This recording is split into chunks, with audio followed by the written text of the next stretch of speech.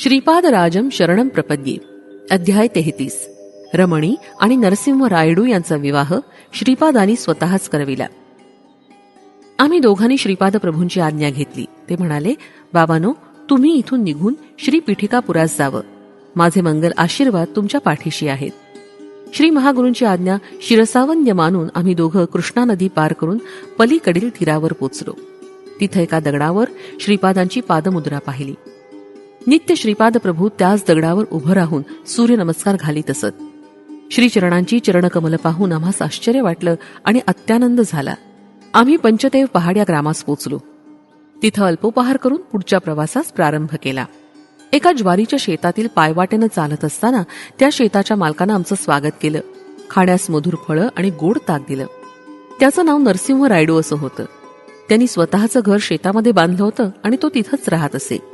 एक दिवस त्यांच्या घरी विश्रांती घेऊन त्यांचं आदरातिथ्य स्वीकारावं अशी इच्छा त्यानं व्यक्त केली.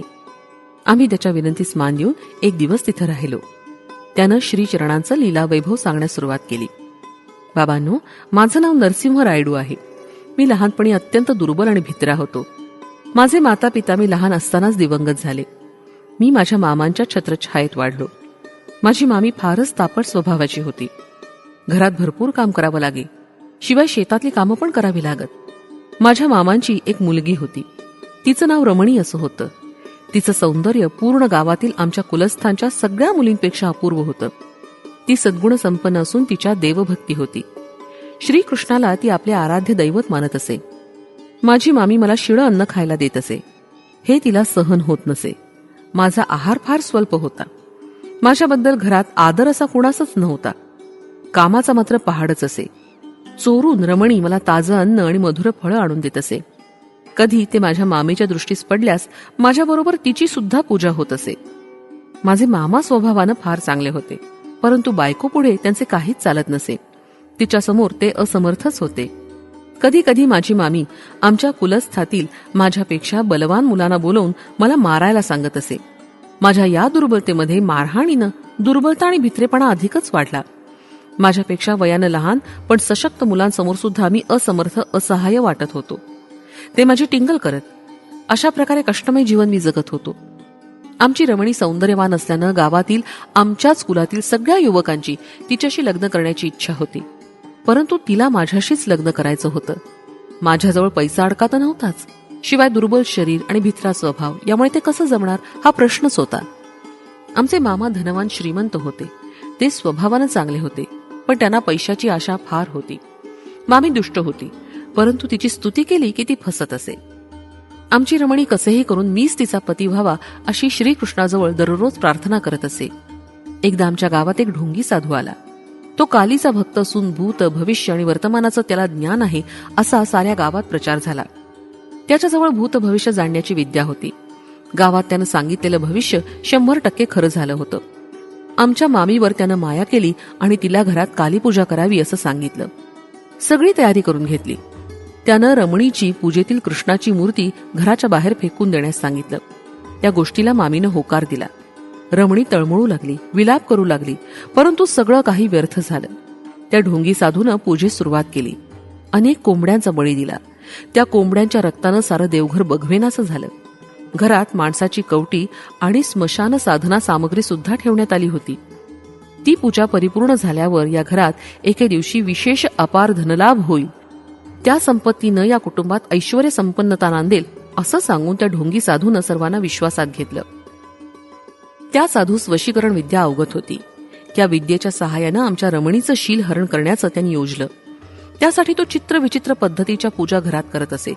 त्यामुळे रमणीची प्रकृती क्षीण होत गेली. तिच्या वागणुकीत पण फरक पडला. अर्ध्या रात्रीच्या वेळी ती रक्तपान करू लागली. कोंबडे बकऱ्या मारून तिला ते रक्त देण्यात येत होतं. तिच्या अंगात कालिका मातेचा प्रवेश झाला आहे, त्यामुळेच ती रक्त पिते. रक्ताशिवाय माता शांत होत नाही आणि अपार संपत्ती पण मिळणार नाही. तिच्या अंगातील कालिका माता निघाल्यास ही कन्या पूर्ववत होईल असं त्या साधूनं सांगितलं. घरात बिभत्सपणाला ऊत आला होता. अचानक घरातील स्वयंपाक केलेलं भांड विहिरीत पडत होतं. अर्ध्या रात्री घरात माणसांचे सापळे दिसतात तसंच चित्रविचित्र आकार दिसत आणि अक्राळ विक्राळ आवाज ऐकू येत. आमचं घर स्मशानभूमीसारखंच दिसत होतं. त्या साधूला घरातून पिटाळण्याचं धैर्य आमच्या मामांमध्ये नव्हतं. हे कष्ट थोडे दिवस सहन केल्यास अपार संपत्ती मिळेल या आशेनं मामी दिवस काढत होती. एकंदरीत गोंधळून जाण्यासारखी आणि चिंताजनक परिस्थिती होती. अचानक एके दिवशी रात्रीच्या वेळी तो साधू रमणीजवळ गेला. तिचं वशीकरण झालेलंच होतं. ती सांगितल्यासारखं ऐकेल आणि आपली इच्छा पूर्ण करेल या विचारानं तो साधू तिच्याकडे गेला आणि तिच्या अगदी समीप गेला. रमणी जोरात ओरडली आणि जवळ असलेल्या एका वजनदार वस्तूनं तिने त्या ढोंगी साधूच्या डोक्यावर प्रहार केला. ती असं वर्तन करेल असं तिला सुद्धा वाटलं नव्हतं. वशीकरण केल्यावर सुद्धा व्यक्ती अशा प्रकारे प्रवर्तन कसं करते याचा साधूला उलगडा झाला नाही. श्रीपादांचं आर्तत्राण परायण तत्व. दुसऱ्या दिवशी सकाळी गरीब ब्राह्मण याचक आमच्या दारासमोर भिक्षेस आला. आमच्या घरी भूतप्रेतांचं जास्त वास्तव्य आहे. हवं असेल तर आपण त्यांना भिक्षा रूपानं घ्या असं रमणी त्या ब्राह्मणाला म्हणाली. त्याला त्यानं नकार दिला. त्या ब्राह्मणाचं मुखारविंद अत्यंत शांत आणि उज्ज्वल होतं. आमचे मामा बाहेर आले आणि म्हणाले, आमच्या घरची परिस्थिती अत्यंत चिंताजनक आहे. त्या परिस्थितीच्या कारक दृष्टशक्तीचा आपण दान म्हणून स्वीकार करावा. तेवढ्यात मामी पण बाहेर आली आणि म्हणाली, आमच्या घरात तुम्हाला देण्यास काही नाही. आमच्या घरचं दारिद्र्य आपण भिक्षा म्हणून स्वीकारावं. त्यावेळेस मी पण तिथे होतो. मी म्हणालो, स्वामी, माझ्याकडे वंशपारंपरिक असलेले एक चांदीचे ताईत आहे. आपली संमती असेल तर तो ताईत मी अर्पण करतो, ते भिक्षा म्हणून स्वीकारावं. त्याचा त्यानं स्वीकार केला. इतक्यातच ढोंगी साधू स्मशानातून माणसांचं कपाल घेऊन आला. तो अट्टहासानं म्हणाला, अरे भिक्षुक ब्राह्मणा, तू नाकारलंस तरी मी ह्या मानव कपालाची भिक्षा घालीन, तिचा स्वीकार कर. त्या ब्राह्मणानं त्या भिक्षेचा अस्वीकार केला. तितक्यात आमच्या घरात एक दिव्य प्रकाश दिसला आणि तो भिक्षेस आलेला ब्राह्मण अदृश्य झाला. त्या दिव्य प्रकाशामुळे ढोंगी साधूच्या सर्व अंगाची भयंकर आग होऊ लागली. त्या प्रकाशातील किरण रमणीवर पडले आणि ती एकदम पूर्ववत झाली. मामीला पक्षवात होऊन ती धरणीवर पडली. मामांना भीतीनं सर्वांगास कापरे भरले. मला मात्र विपरीत धैर्य आलं. माझ्या शरीरात शक्तीचा प्रवेश होऊन माझा मलाच मी अत्यंत बलवान वाटू लागलो. त्या मांत्रिकाच्या तोंडातून सारख्या रक्तधारा वाहू लागल्या आणि त्याच्यातील सर्व शक्तींचा नाश झाला. त्या दिव्य तेजोमय प्रकाशाचं एका मानव रूपात रूपांतर झालं. ते आर्तत्राणपरायण समस्त देवी देवता स्वरूपी आदी मध्य आणि अंतरहित असलेले दिव्य भव्य तेजोमय स्वरूपाचे श्रीपाद श्रीवल्लभच होते. श्रीपाद श्रीवल्लभ म्हणाले, काली माता खरं पाहता मानवात लपलेल्या कामक्रोधादी राक्षसांचा ध्वंस करते.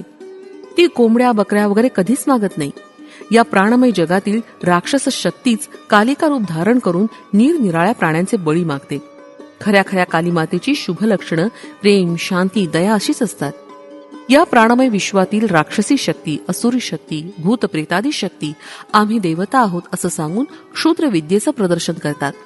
क्षुद्र मांत्रिक त्यांची उपासना करून या लोकात भलतेच उपद्रव निर्माण करतात. या जगातील निरनिराळ्या प्रेतात्म्यांना देवता शरीर धारण करता येतं हे लक्षात ठेवा, पण त्या त्या देवतेची दैवी शक्ती मात्र त्यांना नसते. श्रीपाद प्रभू पुढे म्हणाले, धर्मरक्षणार्थ माझा जन्म होतो असं मी वचन दिलं आहे.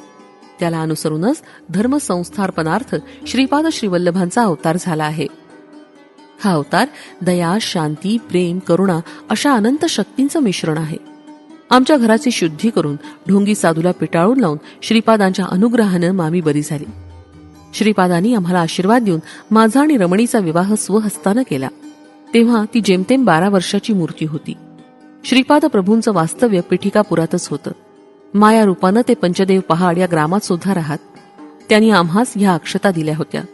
शंकर भट्ट आणि धर्मगुप्त या नावांचे 2 जण येतील. त्यांना थोड्या अक्षता द्याव्या असं त्यांनी सांगितलं होतं. आहा, किती लीलामय स्वरूप आहे श्रीवल्लभांचं. श्रीपाद श्रीवल्लभांचा जय जयकार असो. फलश्रुती अनुकूल विवाह होण्यास